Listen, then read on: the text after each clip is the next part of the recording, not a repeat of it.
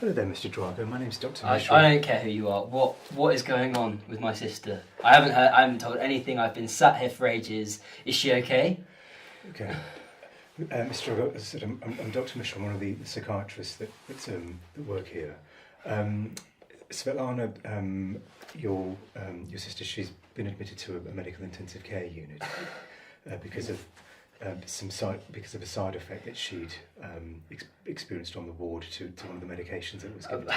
How has this happened? Last time I heard, she wasn't great, but I went away for the weekend and I've come back and she's been detained and now she's.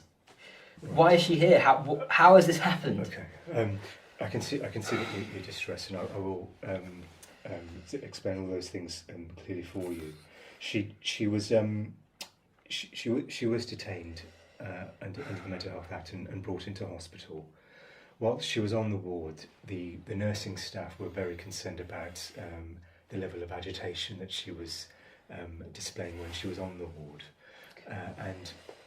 what do you expect? Of course she was agitated. She had just been sectioned against her will. Okay. It was felt by the doctor that had seen her that her level of agitation was beyond just more the stress of being detained. It was as a result of her still being unwell with her relapse in her schizophrenia. So she was given a medication called haloperidol, which is in the same group as risperidone. Okay. To help manage this level of agitation. However, after she was given the haloperidol, she developed a very rare side effect. Don't worry about the name of the side effect, but it's called Neuroleptic Malignant Syndrome. So, are you saying that this is your fault? You have given her this drug, and as a result, she nearly died, and. The treatment plan that was followed hospital guidelines and followed national guidelines. So haloperidol is a medication that is used in these situations. So how did you treat it? It was recognised early that she was becoming unwell when on the ward. So the medication was stopped completely. And then she was transferred to the medical team here and into the intensive care unit.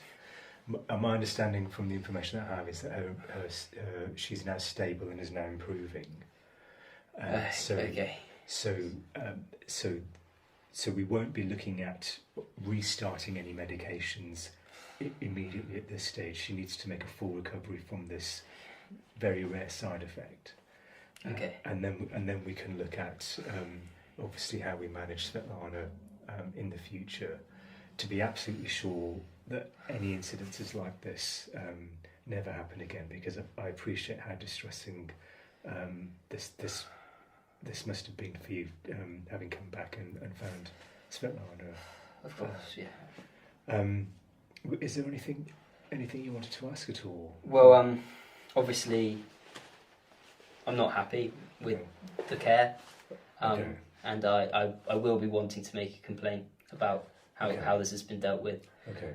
I don't understand why we weren't ever told about NMS or explained that it could possibly have been a risk.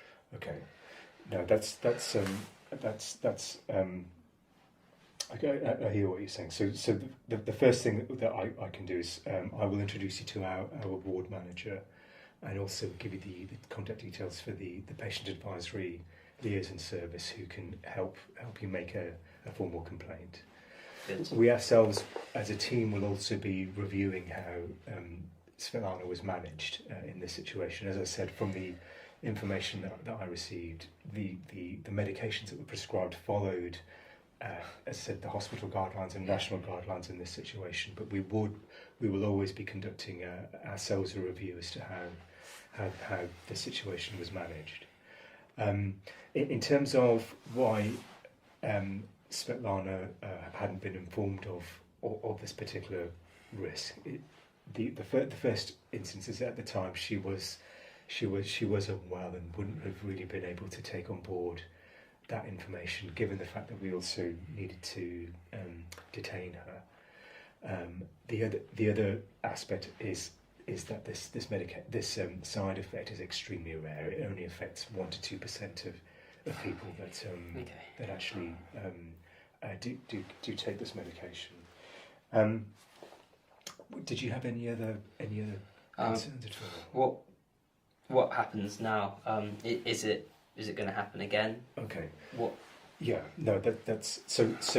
At the moment, the main aim is that Svetlana makes a full recovery physically. We will be continuing to monitor her while she's in the medical hospital. So our team will continue to visit her to make sure that she's well physically, but also monitor her for any of her symptoms for her mental health.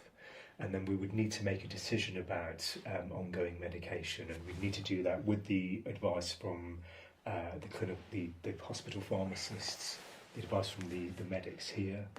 We'd need to be doing a review of all of the medications that Svetlana's been on before to make a decision as to what would be the safest medication to start her on. We would always be starting her on the lowest possible dose of a medication. We would be monitoring her vigilantly for any recurrence of any side effects like this, because as I said, we never want this situation to occur with Svetlana again, given the distress it's caused all of us in terms of managing it. One thing I would be saying is that we would not be considering